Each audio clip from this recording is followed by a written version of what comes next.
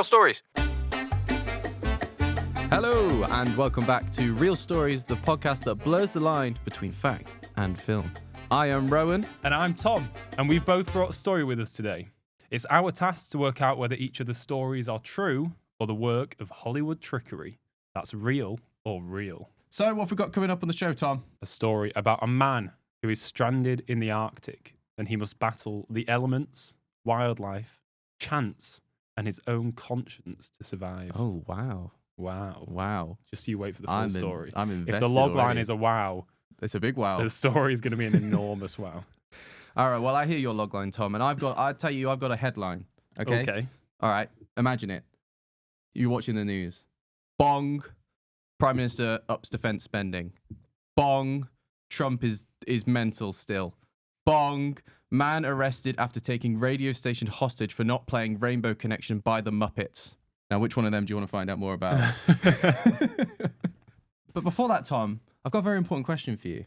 Do you call the cinema the pictures? Do you ever say, I went to the pictures last night? Not anymore. I used to. Did I don't know you? what happened. I don't know, because my mum and dad say the pictures, and I used to say the pictures. I used to. I don't know at what point in my life I stopped No. saying the pictures. No, I've never said the movies. I don't like the movies. No, that's American. No, that upsets me. When you hear a British person say, I saw a movie last time, I'm like, get a life. No, you didn't. You saw a film. I bet it was Forrest Gump, isn't it? That's all they watch in yuck, America. Or Jaws. Oh, Jaws. Well, that's all right. Oh, is it? Yeah. Okay. We're We're fine with Jaws. We like big fish. No, yeah, I was just thinking about it because, like, I don't know. It's the kind of thing that you just don't hear anymore. No, I remember going to Cineworld in Parswood when I was growing up with my family. It's like, oh, yeah, we're going to go to the pictures and watch Shark Boy and Lava Girl in 3D. You don't have that anymore. No, Now people's like, you I'm going to don't. go to the cinema and watch Marvel. In IMAX. Yeah. Should we get into it? Real stories. Okay, Tom. Shall I go first today? Please take the stage. Sweet. Our story today begins in 2014, which I think might be the most recent story we've done. Mine's slightly more recent, but is it? till now, yes. So no war stories this week. No war stories. Oh, no. wow. We're having a week off the war. Let's have a... Hold on. So we're in 2014, and New York journalist Matt Gross? Matt Spelled Gross? how? Matt Gross. We'll say gross. Mr. Gross. That's how we would say it if it was in a sentence. Yeah. He's received the task of writing up a list of 67, which is quite specific, 67 things you did not know about New Zealand. Who's tasked him with that? I don't know. Sounds like he's just really someone high bored. up. Is that I need something He to might do? be. But those are the kind of things, people write. True, It's like- yeah. But why 67? Did they run out? Don't know. Don't They've try already and find done- that 68th. You'll never find They it. might have already done 66 and below. So now they're like, we need to up it. Fair enough. So, so he set about this task and he starts doing a bit of research and he finds the story of the most bizarre hostage situation he'd ever heard of. So to find out more about this weird hostage situation, he hires a rental car in Auckland and travels to the location of the crime to find out more. I mean, this could be the setup to a wide range of Yeah, stories. this could be anything. It could be. You've really set the groundwork today. I don't know which way we're going to leap. But I tell you what, I'm gonna throw a spanner in the works because now we're going into a flashback. It's 1996 now, so we're going back a bit. We're still not in the war. Not yet. We'll Not get yet, there. We might be. We might flash back again. And we are in the town of Waganui in New Zealand. Waganui. I think it's called Sounds Waganui. good to me. Waganui. And we are at the local radio station, which is called Star FM.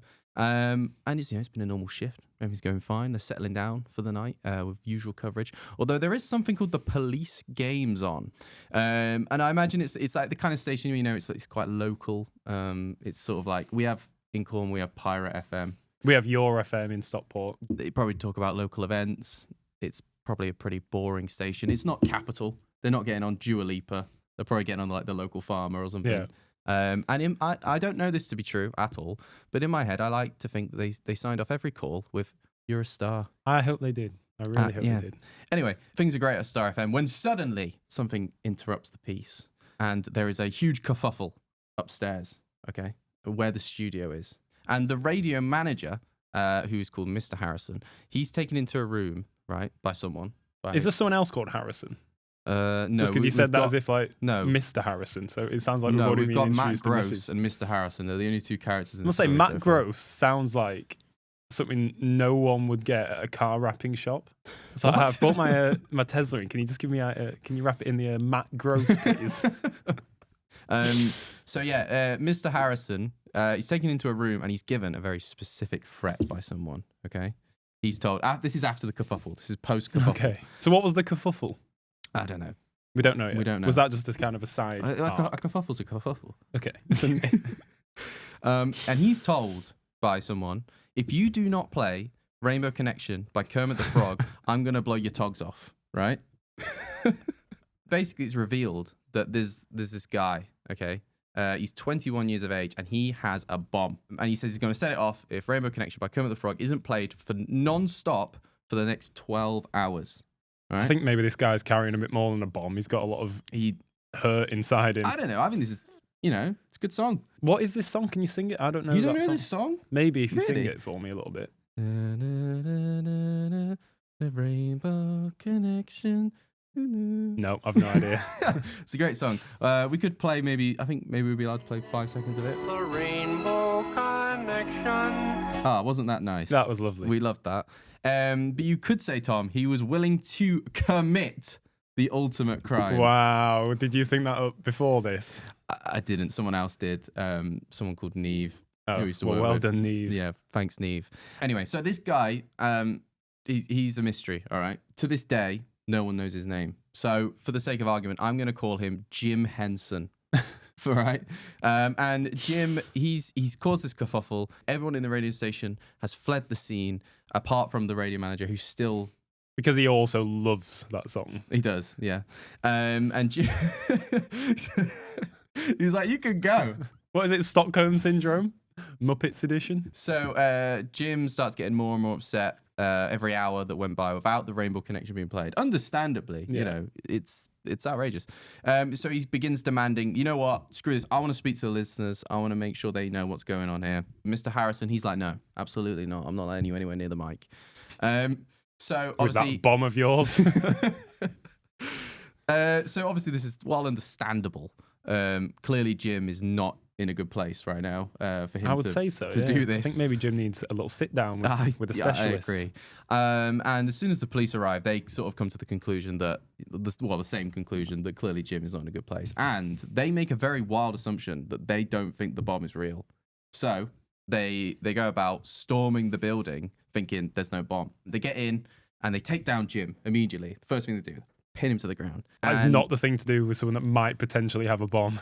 Well, they're so confident on this. They're like, take him down. So does he say down. the bomb is on his person or somewhere?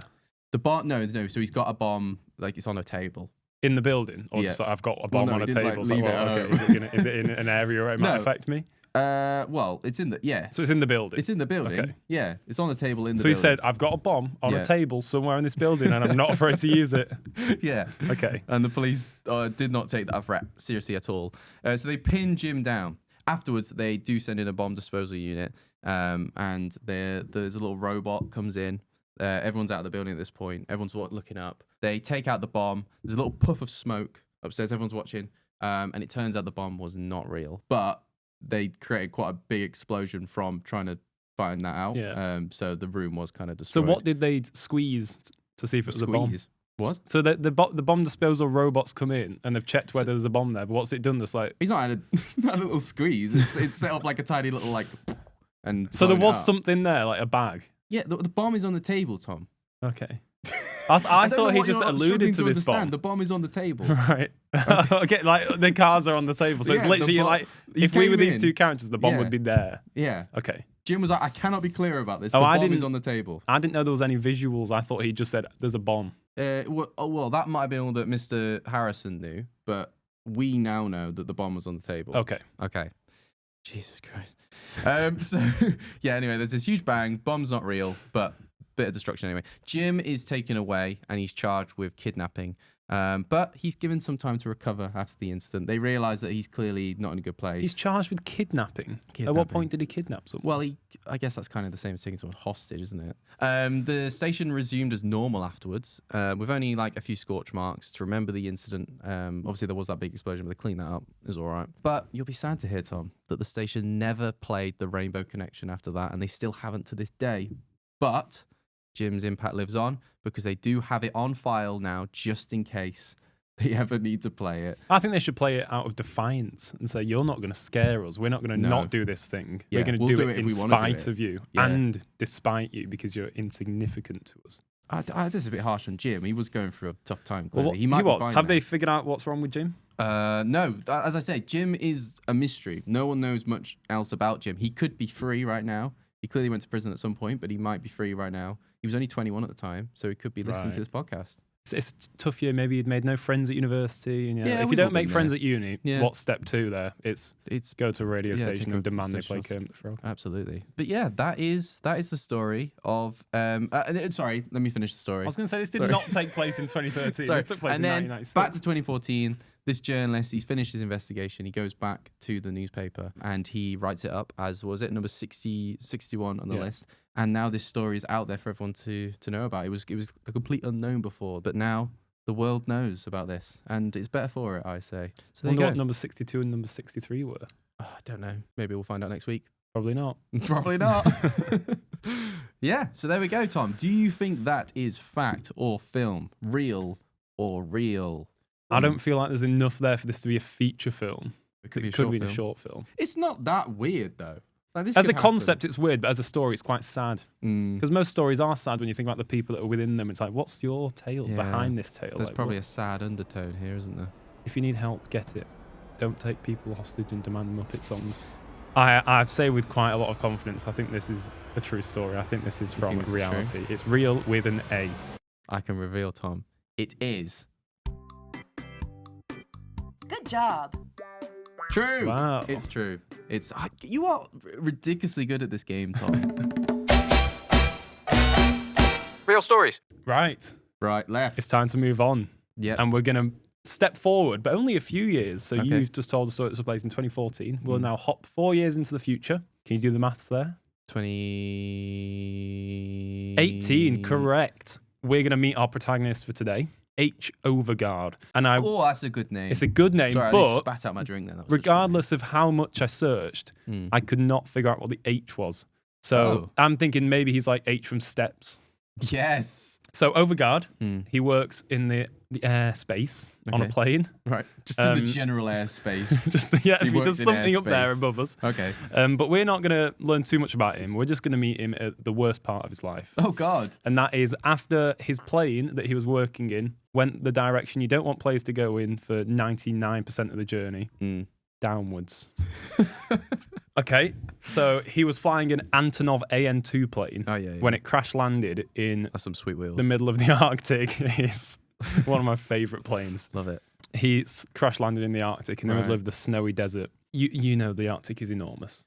He's got very little chance of chance being on his side. Like once you land in the Arctic, it's either you survive on your own or you give up to the elements. Yeah. But Overguard is not the sort of guy who gives up. So he's built this routine. Every day he he does. does. It's good to have a routine, Tom. It is because your is. body needs certain things like clockwork, so Yeah. he feeds them Up at literally. 7, sleep at 6. Well, I don't think he had alarms, but he had the day. I think the sun's quite bright in the Arctic, so It is. It your doesn't go alarm- down, does it?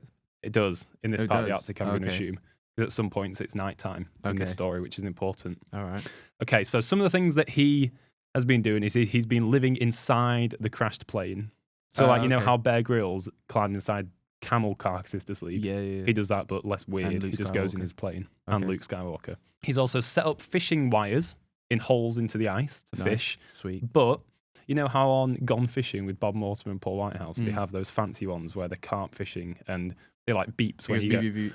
So he's got like have the... you ever been camping and there's a fishing lake nearby? and it beeps all night. it's so annoying. That is a major first world problem right It there. is, God. But he sets these up and he puts a metal pan at the top so that when there's a fish, it rattles. He also spends a lot of time creating a map of his area. And he also maintains a huge SOS that he's scraped into the snow. What's he used to do that? Just some tools from the plane. So remember, the players crashed the stuff in the plane. How can you make an S in snow that's going to be like visible from above? Like enormous.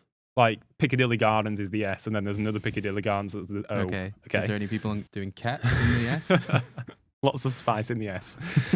Yeah, he was also going up to high vantage points to set off distress signals from this power beacon which he used a hand crank dynamo, which if you want to know what a dynamo is, I did, so I searched it. And it's an electrical generator that creates a current using a commutator.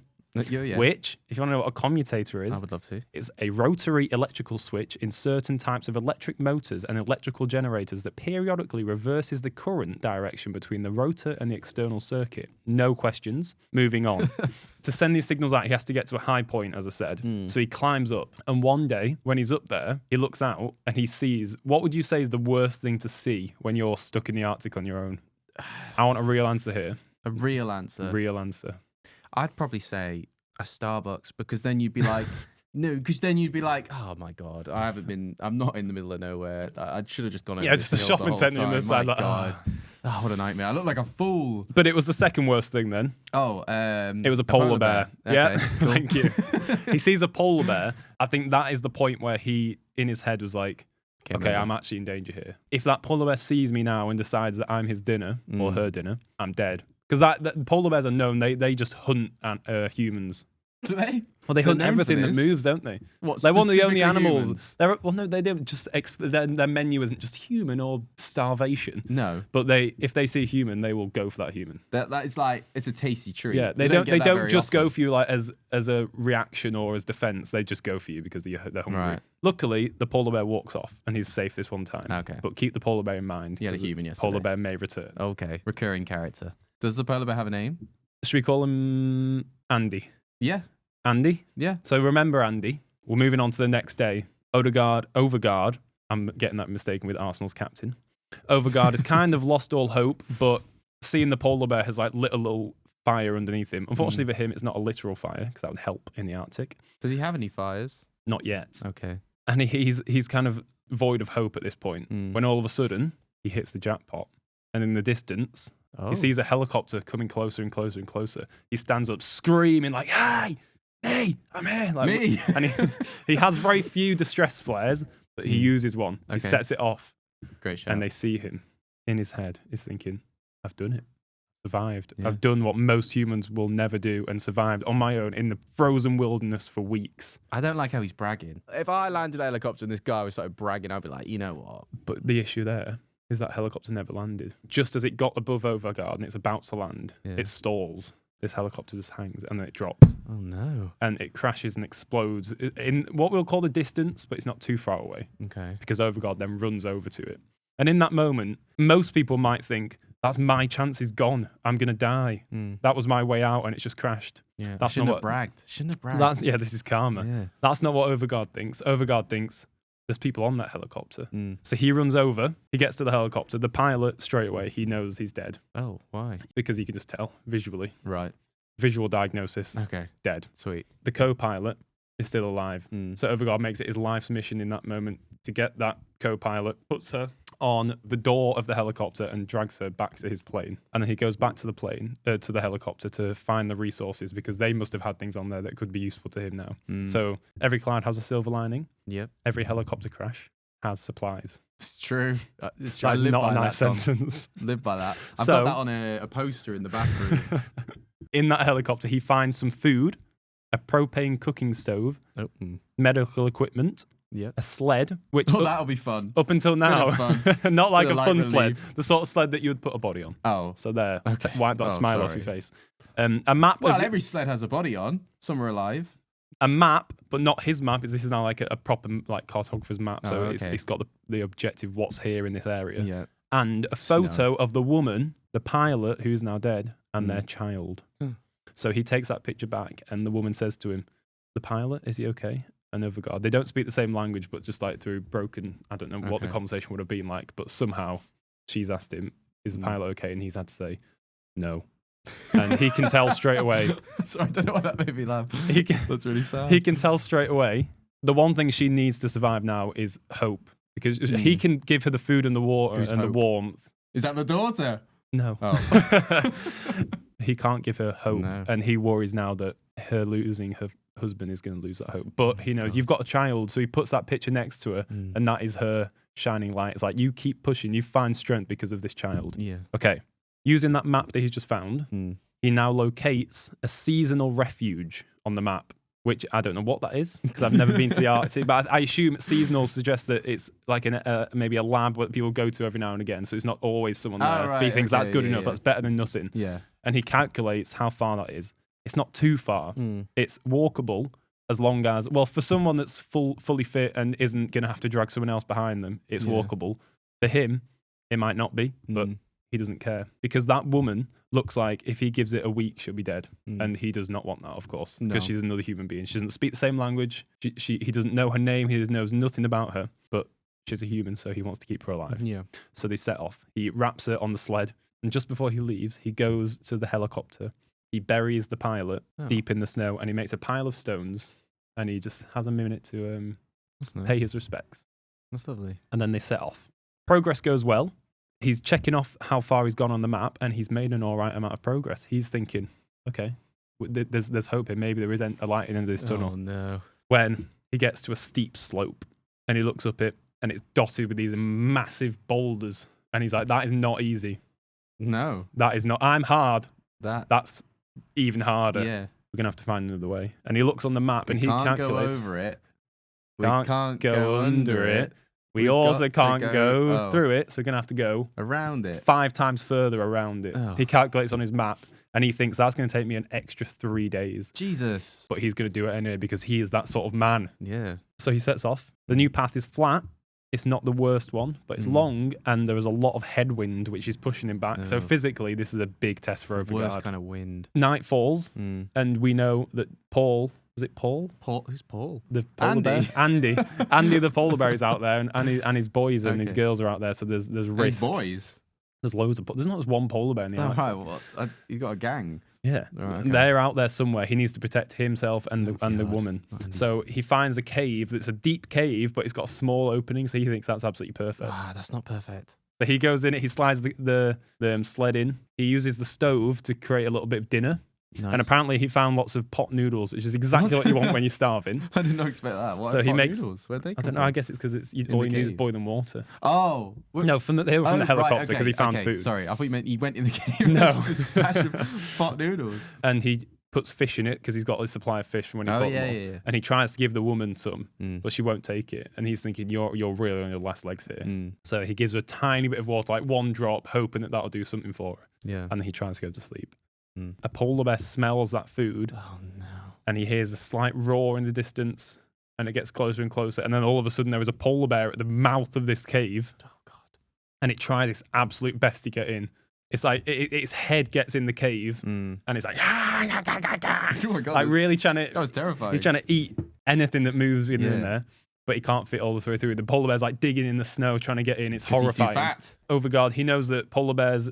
They just need to be scared to get rid of him. So he screams at something, and he uses one of his beloved survival flares. He sets it off and he puts it in the polar bear's face. You've got to punch him on the nose, haven't you? But that's not what he did. He went one step further and he burnt the polar bear's nose, and the polar bear eventually scurried off. But as you can imagine, that struck a whole new level of fear in Overgaard. And when he wakes up in the morning, he's absolutely terrified. I don't blame him. Andy might be back with his boys. Yeah, it's not just going to be Andy this time. No. He looks at the woman who has not eaten or drank anything for a long old time. And he sees that she is very, very nearly gone. Oh my god! And she's got nothing left. And he makes the horrible decision in that moment to leave her. Oh no! So he does. He makes sure she's comfortable. He puts the picture on her because he thinks this is going to be your final resting place. Yeah. And he sets off on his own. Oh, I didn't expect this. So he literally makes it 10 feet. And we're talking about karma. But as soon as he leaves that cave on his own, he falls into an enormous crevasse. That's the one. I'm sorry. The word. Crevasse, like a cave under the ground. He falls through it, and it knocks him unconscious. Ah, no! And he wakes up nearly a day later, and one of his feet is trapped under a big boulder, and he can get it out, but only by yanking and yanking and yanking, and it's so painful. And he screams and he screams, and he eventually gets it out. But now he's basically got a broken foot to add to his pile of worries. And because he's so close to that woman, he thinks, let me just go and check on you. And he sees, despite it being a day, she's still there. She's still alive.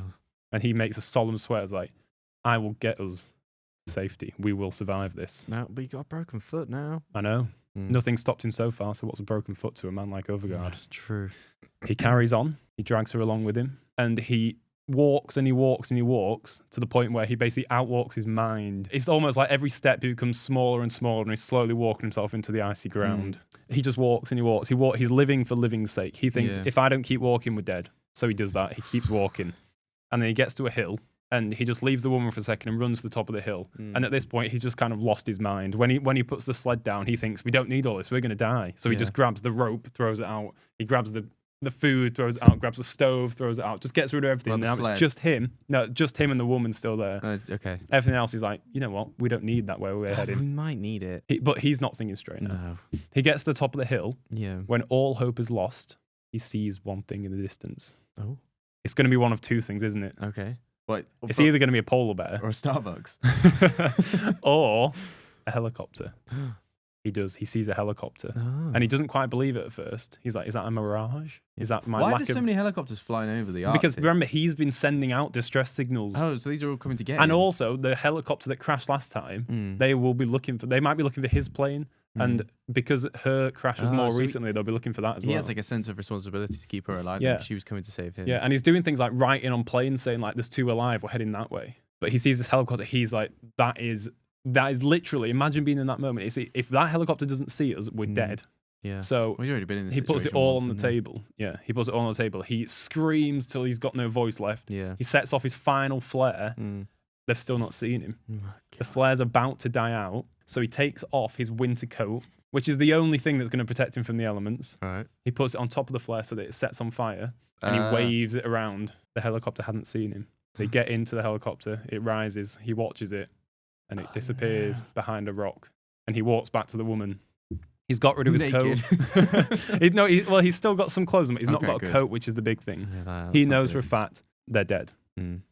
So he lays down next to her, and he kind of just thinks, if we're going to go, we're going to do it peacefully. He grabs her hand, he holds it, and he just closes his eyes. I hope there's a better ending. Is that the ending? I wish it wasn't. Oh, no. Because it's not. Whether he knew it or not, behind him, all a dream. All of a sudden, that helicopter comes up because it's circled round. It saw him. Yeah. And they're safe. Oh, thank God. Well, it's nice to have a good ending. We don't often have good endings, do we? So the question, was that a real story or was it the plot of a film? This might be my best chance. You reckon? Ever. Because I'm very confident with this one. Yeah? I think this is a film. Okay. No, wait, I'm not that confident. Hang on, I'm starting the bridge. I just think there's so many little details in this, and could I have scattered those details on though? You could do, but just little things like you said. Oh, there's a note on the plane that says "go that way." That's so specific. Don't think you get that in a Wikipedia article. So I'm going to say this is true. So this is our fourth. No, don't say this. Don't. It's our fourth public episode. Oh. So far, you've got 3 incorrect. And today, if that's the case, I will just have to class you as incompetent. But if you were correct, I will give you a hug. Close your eyes. Yeah! Good job. Nope. Lovely. Well done. You are correct. Can you guess what the film is called? Snow, ice, cold. It's called Arctic. Oh, okay. H. Overgaard is played by Mads Mikkelsen. It's written and directed by Joe Penner, who, back in the day, did you used to watch a YouTuber called Mystery Guitar Man? No. He was my favourite. He was so creative. I loved him. He was like my idol when I was about 10. Right. And he's now gone on to work in Hollywood. So he wrote and directed this. He wrote it with Ryan Morrison. And just one more fact. Good job. Is that they used a real polar bear, apparently, for the film. Real stories. So before we go, as always, we'd like to thank our sponsor. And this week, our sponsor is Tables. Tom, would you like to tell us a bit more about Tables? Tables. I would consider Tables flawless. When you've got no leg to stand on, they've got 4. We'd also like to thank our sponsor, Q Podcasts. If you're looking to start a podcast of your own, or want to take a pre-existing one to the next level, Q Podcasts is the company for you. Give them an email at hey@qpodcast.com or head to their website, www.qpodcast.com. And yeah, they'll get back to you, and you'll have the podcast of your dreams in no time at all. If you enjoyed this episode, make sure to hit subscribe wherever you get your podcast. And great news, everyone, we now have socials for the first time. We actually do have them. We have an Instagram, we have a TikTok, and we have a YouTube. If you want to go and follow them, be our guest. Not going to press you into it. I might. But that's it for this week. Thank you very much for watching, and we'll see you in the next one. Keep it real. Oh, can we keep that going? Yep. Brilliant. All right. Goodbye.